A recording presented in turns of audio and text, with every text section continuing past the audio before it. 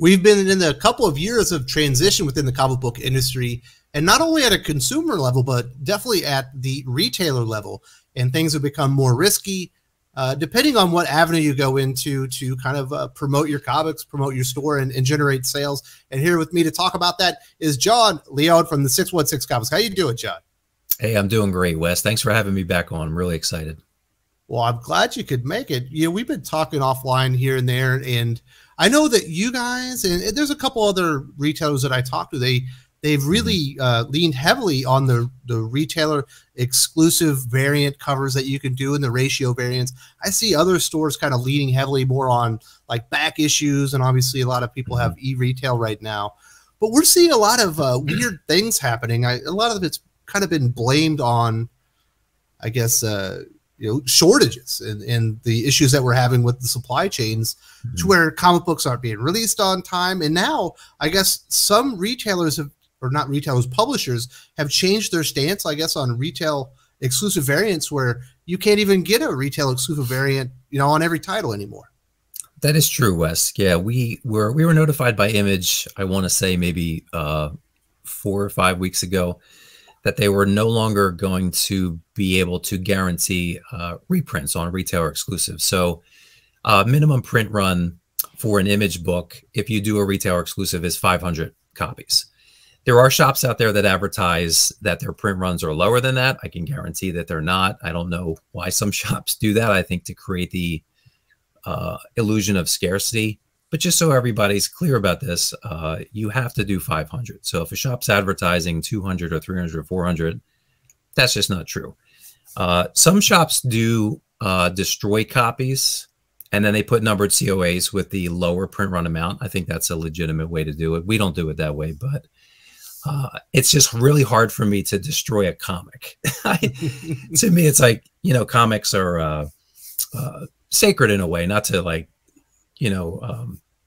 use that word in the wrong way, but you understand what I mean. They're very important to me in my life. They've always been important to me. So destroying hundreds of comics to create the illusion of scarcity, to me, is not something I would do. But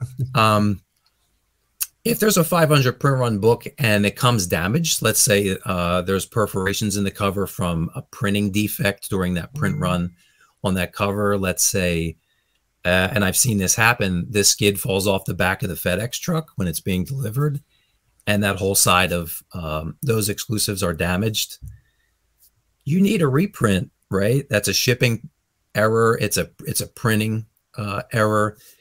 And Image told us that they were not going to be able to guarantee reprints due to, I think they said at that time, the paper shortage. So that's one problem. And then just recently, we were notified that they're not going to be offering any non-number 1 exclusive. So we put in to do Department of Truth number 17, red hot title, a lot of buzz, continual buzz behind it, which is not normal, right? That's rare for most comics. And man, we had a killer concept. I don't want to say what it is because I want to use it at some point. But a great artist, great concept. We're so excited to show everybody. That's the best part of doing retailer exclusives, is bringing and producing this, what we believe is to be very cool artwork, to the comic book community, and then people just geek out over it. I don't even care if people buy it. Like, obviously that's great if they buy it, but, and then we were informed that we could not be accommodated due to the supply chain issues, and they were just going to go, this is Image again. Image Comics was just going to be offering retailer exclusives on number 1 issues. Well, that's crazy, because one of the things that we've seen during this transition is that the indie titles have gotten really hot. There are multiple really high-selling ongoing series over at Image. Your Spawn, all the Spawn titles, really, King Spawn, Gunslinger Spawn. You mentioned the Department of Truth. It sounds like Nocterra has definitely found its footing and whatnot. And people really want these cool exclusive variant covers for these more obscure titles. They don't only want, Batman and stuff like that. Because if you go over to DC or Marvel nowadays, there's probably 8 variant covers just to begin with, on all those anyway. So you have your kind of pick of the litter. And I know a lot of my viewers specifically say, I only do the retail variants, but, with the indie titles, a lot of them are really big fans of Dynamite. I know that. Yeah, we do a lot with Dynamite, but with like the Department of Truth, they usually just have, like you said, there's an A and a B cover. There's usually a Martin Simmons cover, and then another artist will have the B, or vice versa. So when fans of those titles that only come out once a month and there's only 2 covers, when you have fans of those titles and those runs and those artists and writers, they want more collectibles that month to satisfy their desire for that specific intellectual property. So we try to bring that to them, and boy, there's a lot of retailers that do Department of Truth. Ha Ha was really big. A lot of retailers are doing Ha Ha. The Stray Dogs, the new one, Dog Days. Whew, there's hundreds and hundreds of variants, and that really helps to satisfy the comic book community's urge and needs and desires to have a multiplicity of titles and options and buying options. And some people complain about it in the comic book community, but I think it's a good thing, obviously, because I help to promote and produce those variants. But I think it's a good thing. I'm not saying that from a business perspective, although it can be good from a business perspective. I'm saying that from the perspective of, if there's a need in the market and there are producers like myself or other stores that are like-minded, and we're trying to bring those products to market, and we're prevented from doing that because of issues way out of our control, it not only hurts us as retailers, it also hurts the comic book community in a way, because their options are now limited. Yeah, that's the kind of crazy thing. I know your store specifically, you're kind of geared more to the collector, or perhaps even the speculator market with your e-retail. You do a ton of pre-sales and whatnot. People are attached to the titles that they like, and you know, in the Department of Truth, it has its own color scheme. Like when you do a cover, that kind of makes it more cool. You know, it's going to be black, white, and red most likely. You're going to have like the X's and stuff.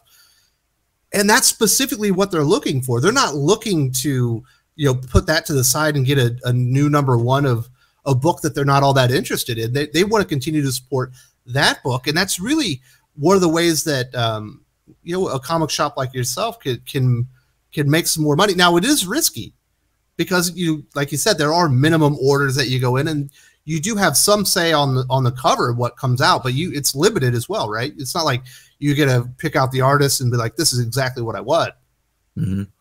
Yeah, well, how it works with Image, and I don't know that there's a lot of knowledge out there about how to do a retailer exclusive, but with Image specifically, the creators have to sign off on your concept and your artist. So if they don't like the artist, they'll nix the project. If they don't like the concept, they'll ask for it to be changed, or they'll just turn the project down. Usually you can change it.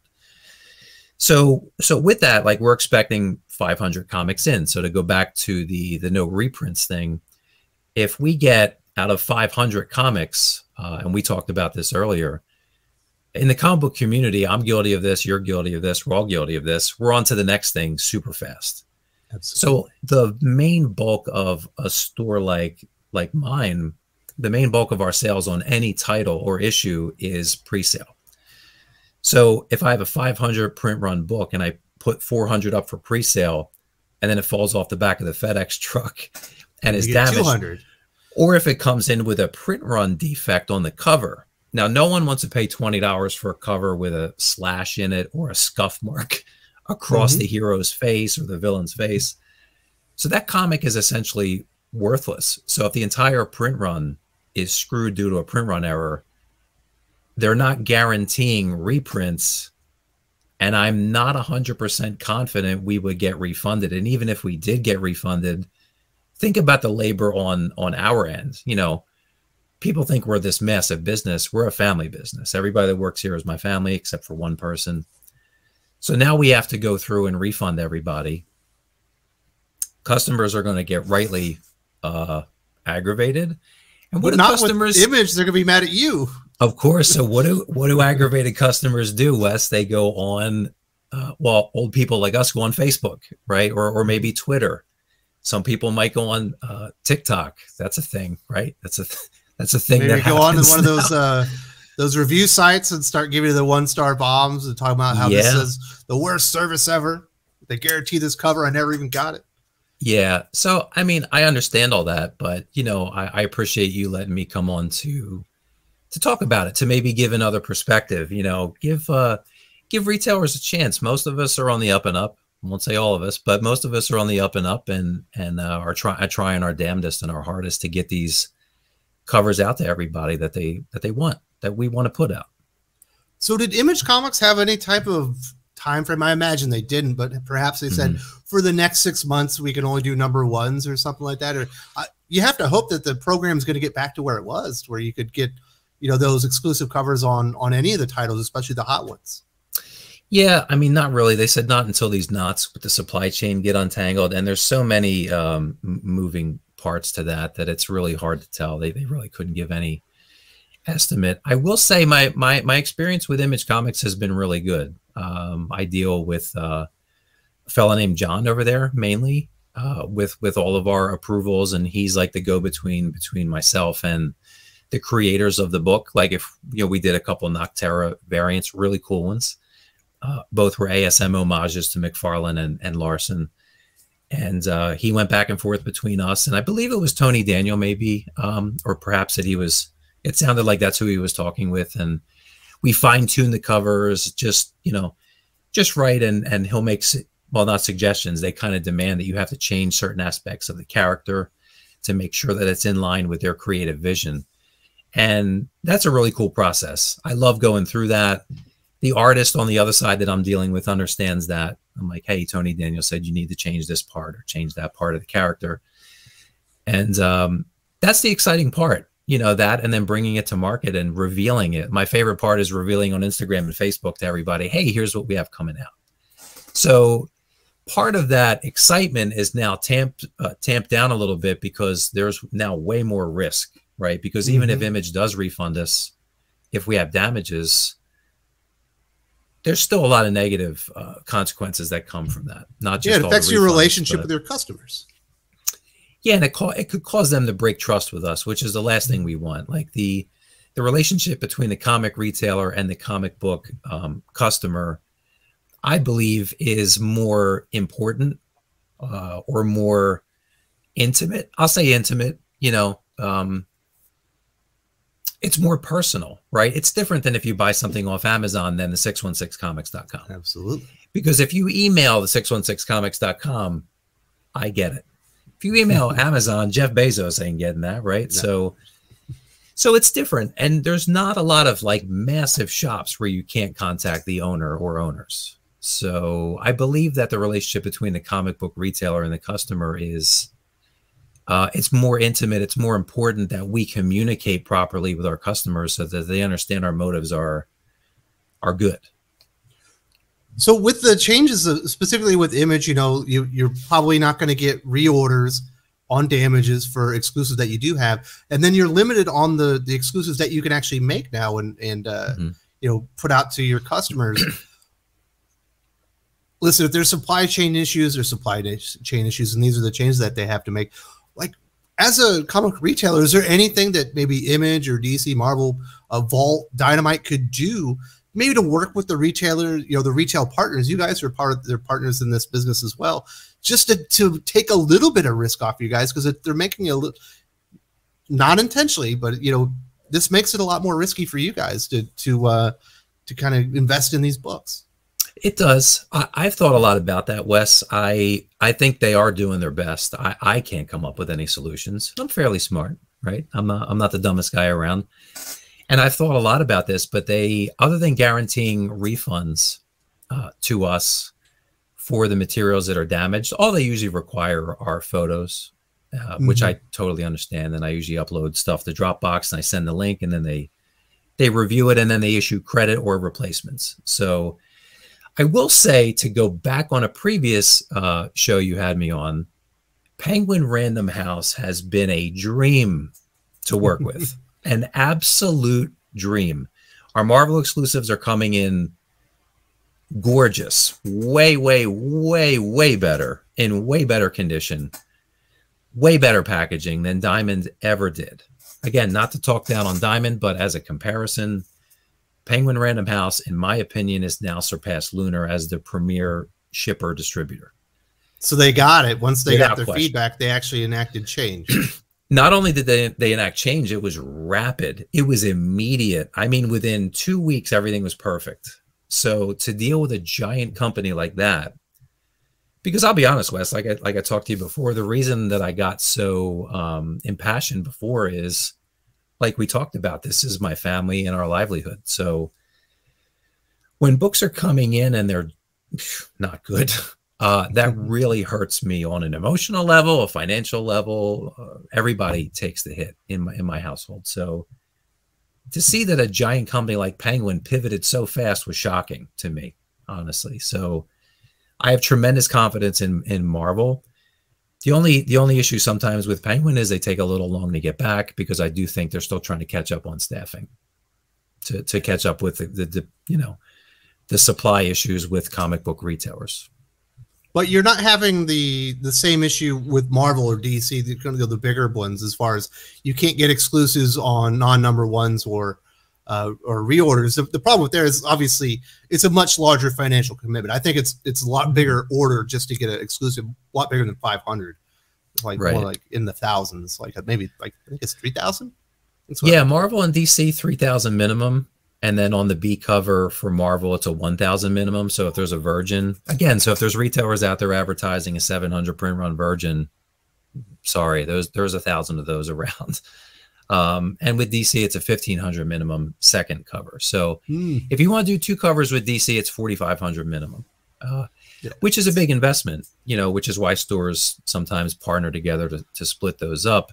But I suspect that the bigger publishers have those printers locked in, right, to certain dates. And it's much harder for smaller indie publishers to get in. I was working with like a micro publisher recently, and there was a title that was scheduled to come out this month, and it moved all the way to February. And I was like, oh, whoa. It got like put all the way in the back of the queue. Yeah. I won't say who this is, but it's a micro publisher. They're very small. Like they had a formatting issue and they're like, sorry, you have to go back, fix it. I just think I don't want to speculate. Yeah, I'm not sure. I just don't think they can get in. I think these bigger publishers are muscling everybody out like that, which is normal, right? This is a competitive environment, and the printers are going to take care of their biggest clients, which are that's guaranteed money, guaranteed printer orders. Yeah, so the smaller publishers are going to pop in and pop out with their order numbers, and I'm assuming that because of the supply chain issues and paper shortages, they put requests in for certain print dates, and then they get pushed. I was just shocked that it got pushed by like 3 months. Yeah, or 2.5 months. That's crazy. So for the viewers that do go to the 616 on your website looking for retailer exclusives, you might not get all the Image stuff that you've been getting in the past, but they're still going to get Vault. They're still going to get Dynamite. They're still going to get all the other indie publishers, because there hasn't been any changes, to this point with their policies, correct? No, not that I've seen. I do expect that to change. A few months back, Boom, I have a great relationship with Boom Studios. They notified us that they were not going to be offering a lot of non-number 1 issues, but I believe that was because of 2 reasons that have nothing to do with the supply chain or the paper shortage. There was an overwhelming demand for some of their books, and I think that the current sales staff that they had in place for the direct market was not sufficient. They've eclipsed where they were even 12 months ago, just with Berserker, Something Is Killed in the Shonen. You got the spin-off of Something Is Killed in the Shonen. They got a lot of really hot titles. They do. Yeah, they do. There's more stuff coming that's pretty exciting. I'm not the biggest Magic like card game fan, but I do like the comics. I love the characters that we can kind of play with. So we're working on a Magic title with Boom right now that I'm really excited about. We have they just have really cool characters. Like I love that. I know you love fantasy, high fantasy also, Wes. So. I do. So that's exciting for us, but I don't believe that there's going to be any issues with other publishers just yet. I think customers need to expect delays and pushes. Marvel's been pushing, books out. DC's been pushing. I think DC's been the best with hitting their street dates for their titles. I think Marvel is second best, and then the indie publishers I think are scrambling, because you know, it's a toss up. Any day I could go on the Diamond and hit refresh on a title, and I could see that the print date got pushed by 3 weeks, and you know, like 3 hours before it was the previous print date. So sometimes we'll get emails from customers saying, "Hey, where's my book? Your listing says it was supposed to come out last week," and I'm like, "Sorry, it's coming out next month now." Yeah, and then we get order cancellations, and so it does affect our business, but there's really nothing we can do about it. And some customers, they get really mad and they send really crazy, vicious emails. And I'm like, hey, buddy, I'm doing my best here. Like, this is so far out of my control. You might as well get mad at me because it rained today on your front lawn. Like, it's not my fault. Yule over at Fantastic Comics, he was having a terrible time just getting their Diamond orders on time. You know, being out on the West Coast, they were having a lot more issues than what I've been told have been happening out on the East Coast in the Midwest. Yeah, our Diamond orders, unfortunately, they always come a little bit late, even in good times. Like I got our weekly Diamond order this week, Wednesday night. The truck showed up at like 5:30 p.m. and I'm like, can't you guys do better than this? New comic book happened 12 hours ago, buddy. Yeah, like I need to process those things yesterday, but I will say, like, our Penguin, our Marvel's been a dream. And we've done exactly what I said we were going to do on the last video. We've increased our orders for Marvel because we have a lot of confidence in Marvel right now. That's and awesome. Marvel sells great. Do you have anything else? Any last words, John, that you want to put out there as far as a retailer perspective on the current state of what the covers and everything? Yeah, I just think that this video is mainly what I wanted to get across is to just try to reframe some expectations with our customers and other stores' customers going forward for the foreseeable future. These are things way outside of any of our control. This has to do with government and resources and logistics and moving material. This has very little to do with a family comic shop in South Jersey outside of Philadelphia. So absolutely. Just have some patience with us and with other stores. We're really trying our best. I do want to say thank you very much to John for the 616 Comics. Really appreciate it. And we'll definitely have you on again real soon. Thank you so much, Wes. It's a pleasure.